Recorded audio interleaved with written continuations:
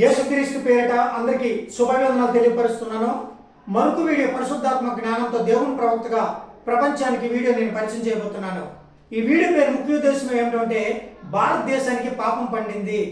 భారతదేశానికి పాపం పండింది. యెహోవా కోపము, యెహోవాకి కోపం వచ్చింది. నెక్స్ట్ భారతదేశం మీదకి యెహోవా కోపం వచ్చిందంటే యెహోవా శాపం మొదలైందని అర్థం. కాబట్టి ఇది కూడా దైవ దర్శనం అండి. కంపల్సరిగా మరి వీడియో తప్పనిసరిగా సబ్స్క్రైబ్ చేయండి, లైక్ చేయమని దేవుని పేరిట మనం చేస్తున్నాను. దైవ దర్శనం 22వ తారీఖు 3వ నెల 2026 సంవత్సరం. ప్రియమైన ప్రజలారా, యేసుక్రీస్తు పేరిట అందరికీ శుభాభివందనాలు తెలియపరుస్తున్నాను. ఈ వీడియో తప్పనిసరిగా సబ్స్క్రైబ్ చేయండి, లైక్ చేయమని దేవుని ప్రవక్తగా మనం చేస్తూ ఉన్నాను. చూడండి ప్రియమైన ప్రజలారా, ఇక్కడ ఏం జరిగిందంటే భారతదేశానికి పాపం పండింది. ఇంకొకటి యెహోవాకి కోపం వచ్చింది. అంటే భారతదేశం మీదకి యెహోవా శాపం మొదలయ్యింది. ఈ వీడియో పేరండి, ఇది దైవ దర్శనము 22వ తారీఖు 3వ నెల 2026 సంవత్సరం. ఈ సంవత్సరమే. చాలా జాగ్రత్తమైన వీడియో. ఎందుకు భారతదేశానికి పాపం ఎందుకు పండింది, అసలు భారతదేశం మీదకి ఎందుకు యెహోవా శాపం మొదలైంది? ఇప్పుడు చూసారా, గ్యాస్ బండ కరువు వచ్చింది, చూసారు కదా. ఇంకా కొన్ని రోజుల తర్వాత కార్లు కూడా తిరగవు, సైకిళ్ళు వస్తాయి. చెప్తున్నా, ఇంకా భయంకరమైన పరిస్థితులు ఏర్పడతాయి. నేను చెప్తున్నాను కదా, ఎందుకంటే పాపం పండిందండి. భారతదేశం మీదకి పాపం పండింది. నేను ఎన్నో వీడియోలు పెడుతున్నాను భారతదేశం మీద. అసలు ఏదో మంచి పనులు చేయండి రా బాబు. ఎక్కడ చూసినా మర్డర్లు, ఎక్కడ చూసినా హత్యలు, మానభంగాలు, రేపుల కేసులు. ఇదే ఎక్కువ, మనకి ఇదే స్టోరీ ఎక్కువ కదా, సోది. అర్థమైందా? నేను చెప్పి నా నోరు అలసిపోయింది. నేను భారతదేశం కోసం ప్రార్థన చేశాను. ఒక బ్రదర్ నాకు ప్రార్థన చేయమన్నారు. ప్రవక్త గారు, ఒకసారి భారతదేశానికి ఏం జరుగుతుంది, ఏం జరగబోతుందో, మాకేం భయం వేస్తుందో ప్రవక్త గారు ఒకసారి ప్రార్థన చేయండి, దేవుడు ఏం మాట్లాడతారో ఒకసారి మాకు చెప్పండి అని ఒక దైవజనుడు నాతో మాట్లాడారు. ఎందుకంటే నా నోట ఉంది ప్రవచన వాక్కు.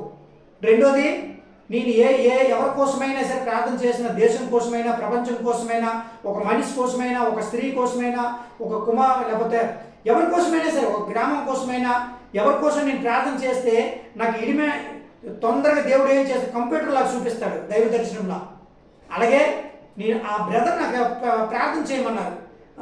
లోక గారు, ప్రవక్త గారు, మీరు కంపల్సరీ ప్రార్థన చేయండి, దేవుడు మీ ప్రార్థన అంగీకరిస్తాడు, ఆలకిస్తాడు. మాకు కంపల్సరీ చెప్పాలి. మాకు కొద్దిగా బాధ కలుగుతుంది. అసలు ఏం జరగబోతుందో భారతదేశం మీదకి, వీళ్ళకి యుద్ధాలు జరుగుతున్నాయి కదా, అసలు ఏం జరగబోతుంది అన్నప్పుడు నేను మోకాలు ప్రార్థన చేశాను దేవుని ప్రవక్తగా. నేను భారతదేశం కోసమే ప్రార్థన చేశాను. భారతదేశం కోసము ప్రార్థన చేసినప్పుడు దేవుడు నాకు దైవ దర్శనం ఎప్పుడు చూపించాడంటే 22వ తారీఖు 3వ నెల 26వ సంవత్సరంలో. అంటే ఏగో జమున నాకు 2 గంటలకు దేవుడు దైవ దర్శనంలో చూపించాడండి.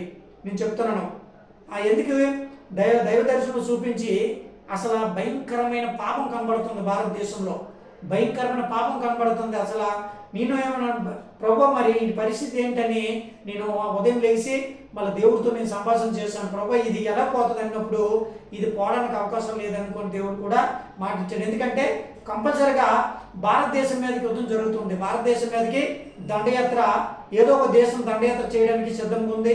ఎందుకు చెప్తున్నానంటే ఇది జరగబోయే ప్రవచనం, ఇది కూడా జరగబోయే ప్రవచనం. ఎందుకంటే భారతదేశానికి పాపం పండిందంత అర్థం ఏమిటంటే ఇంకా భయంకరమైన పాపము ఎక్కువైపోయిందండి. ఎక్కడ సంతోషం, సమాధానం లేదు. ఎక్కడ సంతోషము, సమాధానం అనేది లేదు. నేను చెప్తున్నాడు కదా, ఎన్నిసార్లు నేను భారతదేశానికి హెచ్చరికలు కూడా దేవుడు పంపించమన్నాడు. యూట్యూబ్ ఛానల్ చూడండి, ప్రపంచానికి దేవుని వాక్కుని కొట్టండి. నేను భారతదేశానికి యెహోవా వాక్కు, భారతదేశానికి యెహోవా హెచ్చరిక అని ఒక వీడియో చూడండి. దేవుడు ఒక హెచ్చరిక కూడా పంపించాడు భారతదేశానికి. భారతదేశం పంపించాడు తెలుసా? ఇలాగా నా ప్రజలు నన్ను మర్చిపోయారు భక్తుడా అనుకోని అన్నప్పుడు ఆ వీడియో కూడా నేను పెట్టాను. కానీ నా వీడియోలు ఎవరు చూడకపోయినా నేను బాధపడను. నాకు బాధ రాదు. నేను బాధపడినా కూడా మీరు చూడండి, చూడకపోయినా నాకు సంబంధం లేదు. చూస్తే యెహోవా వాక్కు తెలుసుకుంటారు. యెహోవా దేవుడు ఏ దేశానికి ఏం పంపిస్తున్నాడు, ప్రవక్త ద్వారా ఏం మాట్లాడిపిస్తున్నాడు అనే విషయం మీరు తెలుసుకుంటారు. లేకపోతే మేము మీరే పోతారు.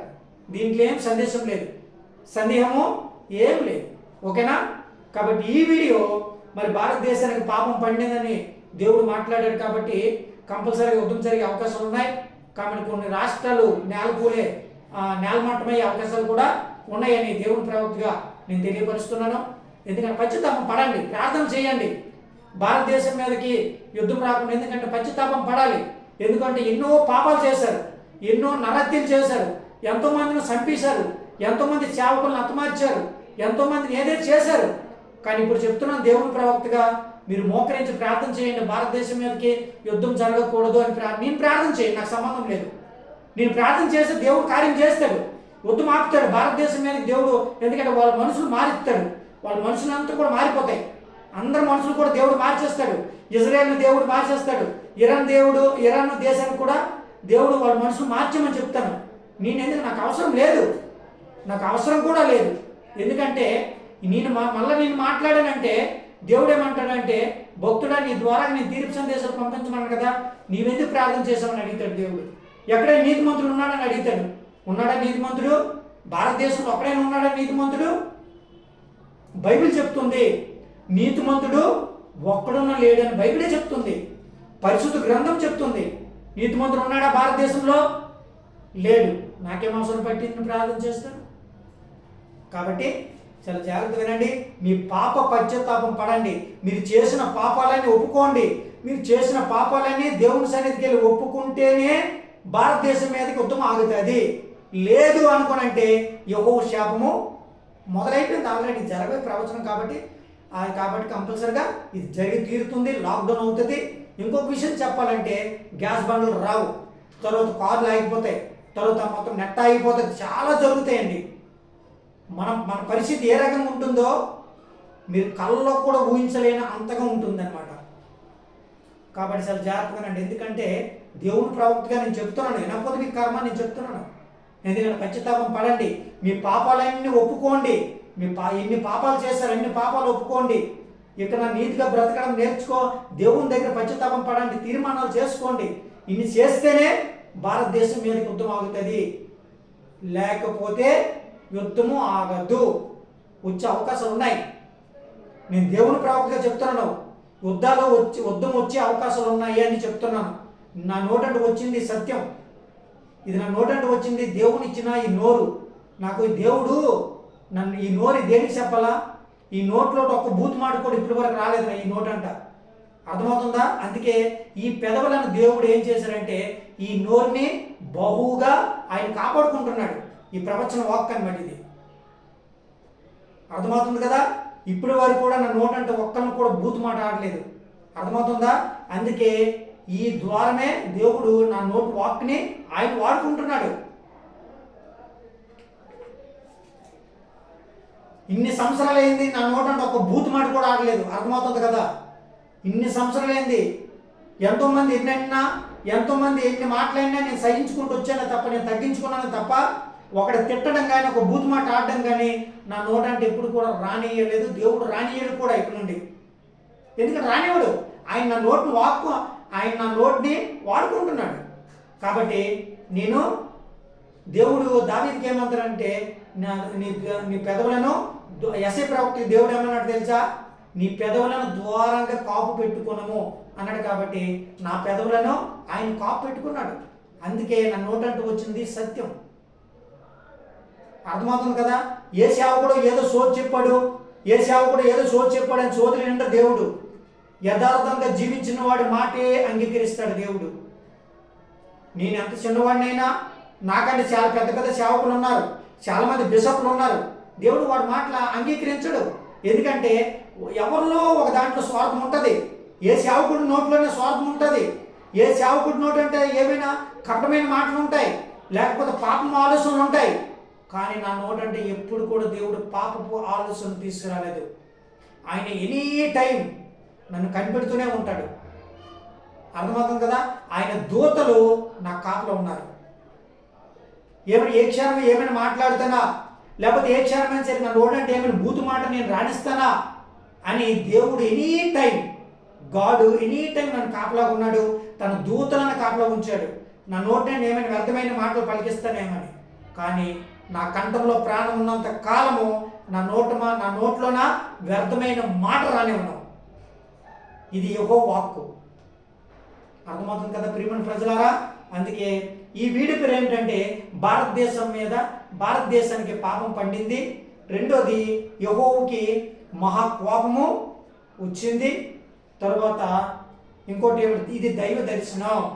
అంటే యెహోవా శాపం మొదలయ్యింది, భారతదేశం మీదకి యెహోవా శాపము మొదలైంది. కాబట్టి చాలా జాగ్రత్తమైన ప్రియమైన ప్రజలారా, మీరు పశ్చాత్తాపం పడండి, ప్రార్థన చేయండి. ఇంకోటి ఏంటంటే మీ పాప క్షమాపణ ఒప్పుకోండి. ఎందుకంటే ఓన్లీ ఒక దేవుని బిడ్డలే కాదు, మొత్తం భారతదేశంలో ఉన్న ప్రజలందరూ కూడా పశ్చాత్తాపం పడాలి.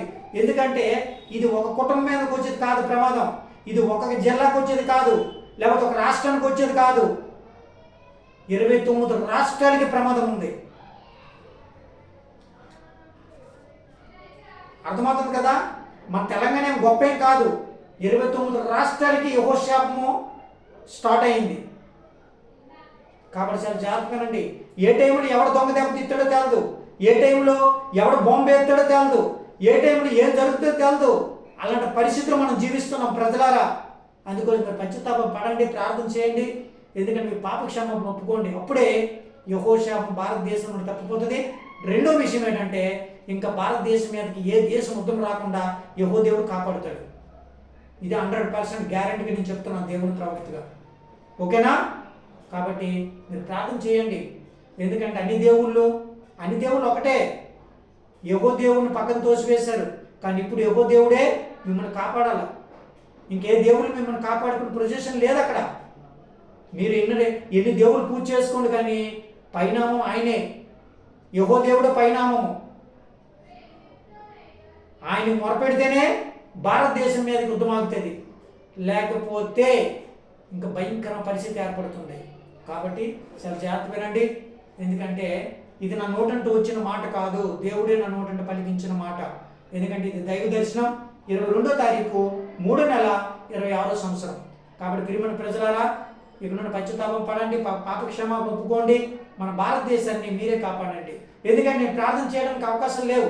ఎందుకంటే దేవుడు నా ద్వారాగే తీర్పు పంపిస్తున్నాడు, నా ద్వారాగే యుద్ధాలు జరిపించమని బయలుపరుస్తున్నాడు. కాబట్టి నేను ప్రార్థన చేయకూడదు. కానీ ఎవరైనా నీతిమంతులు ఎవరైనా ఉంటే వాళ్ళ ప్రార్థన దేవుడు అంగీకరిస్తాడేమో నేను అనుకుంటున్నా.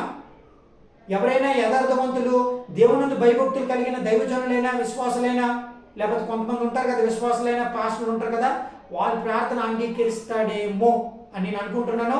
నేను మాత్రం ప్రార్థన చేయను. ఓకేనా? అందరికి యేసుక్రీస్తు పేరుతో వందనాలు తెలియపరుస్తున్నాను.